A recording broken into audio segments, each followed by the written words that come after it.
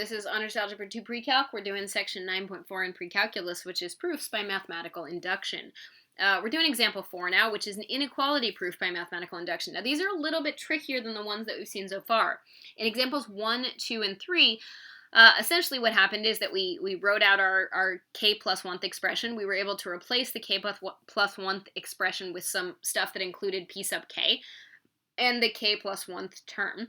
And then we were able to simplify until the two sides were equal. The problem is that here we're not going to be showing the two sides are equal. We're going to be showing that one side is smaller than the other side. So essentially, when you have an inequality proof, it sort of ends up being a chain of events. You're showing that if A is smaller than B and B is smaller than C, then you can infer that A is smaller than C. So again, sort of when we do this, right? These proofs work, and I'm just going to come over here for a sec, okay? The logic of these proofs is that, let's say that we wanted to show that A is smaller than C. The way we end up doing that is we end up showing that A is smaller than B, and so we show something like A is smaller than B and B is smaller than C, so then we can conclude that A is smaller than B, which is smaller than C, which means A must be smaller than C, right?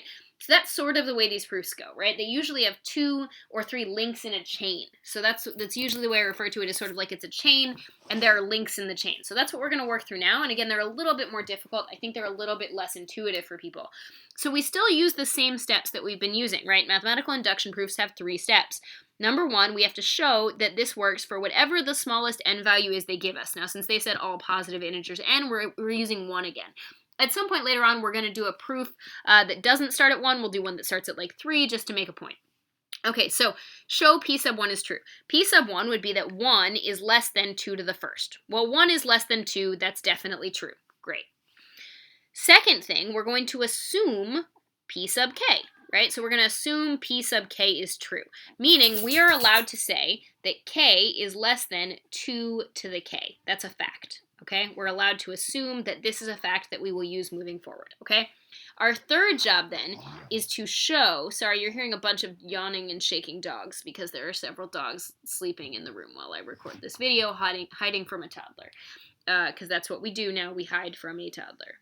All right, so we're going to show that p sub k plus 1 works as long as p sub k is true.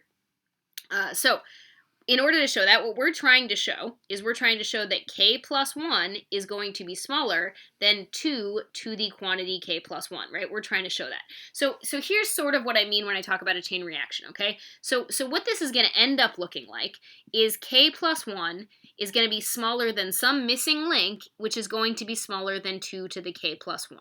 Okay, that's really what this usually boils down to. So it ends up sort of like this, and our job is to figure out what that missing link is, okay? So there are a couple different ways to do this. So let's walk through some options. Okay, so a few ways that we can walk through this, right? First thing we can notice, right, is that so essentially my missing link is going to involve this in some way. So let's start by manipulating my fact, okay? I'm going to take my fact and I'm going to make it look like one of those end links. Okay, now there are 2 ways that I can do this. I could either do it by adding, since this is a fact, I can do math to it, right? So I'm going to make it look like one of these end links, and I can do it in one of 2 ways. I could either make it look like this end link, right, the lower link, by adding 1 to each side. Or I could make it look like the upper link by essentially timesing both sides by 2, okay? So I'm going to pick the second option. So I'm going to take this fact, 2 is less than 2 to the k, and I'm going to multiply this entire expression by 2, which I'm allowed to do because this expression is a fact, right? We were allowed to assume that. And so I get that 2k is less than 2 to the k times 2 to the first, which says 2k is less than 2 to the k plus 1, which I want to point out is totally the end link, okay? So I then say, oh, this guy right here, he might be my missing link, okay? So what I want to point out is the question is, if I fill in a 2k here, can I show that 2k is bigger than k plus 1? Well, the question is k plus 1 smaller than 2k? Question mark, right? Well, if I solve for k, right, I'm going to go ahead and subtract my 2k over and get negative k is less than negative 1. So it turns out that for k values greater than 1, which is, by the way, what they said, essentially, right, except that we had to show that 1 works. For k values greater than 1, this is true. So now if we put my missing links together, right, if we put my missing links together, what I have is that I'm trying to show that k plus 1 is smaller. So again, what we want to show, right, we want to show that k plus 1 is smaller than 2 to the k plus 1, right? Well, we now know, so we saw based on our fact, right, so we know that based on this manipulation we did of the fact, 2k is smaller than 2 to the k plus 1, right? And we also know that as long as k is greater than 1, because we checked that, k plus 1 is smaller than 2k. Well, that means that I can make the link that k plus 1 is smaller than 2k, which is smaller than 2k plus 1. A is smaller than B is smaller than C. What that means is I can cut out the middle link and say, oh, so A must be smaller than C. True, QED. Now again, I get that these are a little bit confusing.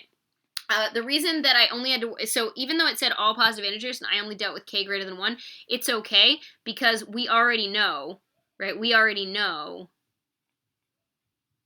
that k equals 1 works, right, n is 1 worked, right, so we don't have to worry about the fact that we're only doing values greater than 1 here because we proved p sub 1 very first before we did anything else. So again, when you do these inequality proofs, you're sort of making a chain link, right?